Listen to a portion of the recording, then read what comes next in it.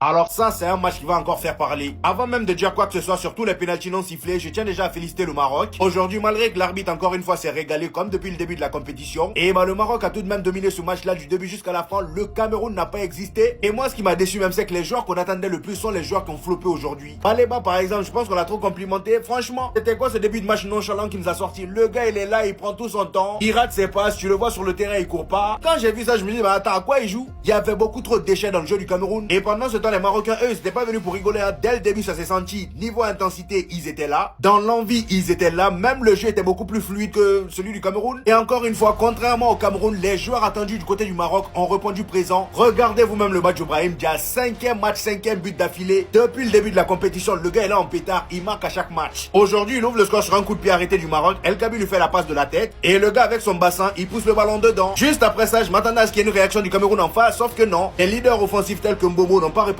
présent. Lui-même, je le voyais pas tant que ça. Et malheureusement pour eux, en début de match, ils perdent Chamade sur blessure. Chamade qui on sait est très important pour le Cameroun. Ils sont restés dans ça malheureusement. Saïbaré est venu mettre le deuxième but. 2 buts à 0 pour le Maroc. Cependant tout ça c'est bien beau, mais l'arbitrage encore une fois était catastrophique. Car là il n'y a pas pénalty. On voit très bien le gars venir ramasser le pied de Mbomo. Franchement, il n'a même pas allé regarder là-bas. Et le pire c'est qu'après il a donné la balle au Maroc. Et même si ça vous me dites qu'il n'y a pas pénalty, là aussi il y a quoi? Il y a pénalty. Regardez comment il vient mettre le coude sur le crâne du cher Camerounais. Il lui met un gros coude sur la tête. Le gars a mal au crâne. Regardez comment il tombe. Mais même sur ça, il n'y a pas pénalty. C'était dans la surface. Hein. Franchement, les gars, c'est pas sérieux. Depuis le début de la CAN, il y a toujours les mêmes histoires. Mais en tout cas, encore une fois, aujourd'hui, l'arbitrage a été dégueulasse. Et ça, on peut le dire.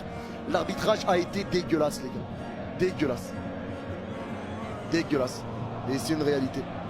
L'arbitrage a été dégueulasse aujourd'hui. Mais en tout cas, beau match du Maroc. Gros match du Maroc. Chapeau. Chapeau. L'arbitrage a été dégueulasse, encore une fois. Mais il faut le dire. Dans chaque côté, il y a eu des décisions un peu qui peuvent laisser perplexes des deux côtés. Des deux côtés, l'arbitrage a été immonde. Mais en tout cas, bravo au Maroc, bravo au Cameroun. Et maintenant, bah, place à nous. Hein. Place à nous maintenant. Place à nous. Le match de l'Algérie face au Nigeria, Inch'Allah, ce sera la qualification de l'Algérie.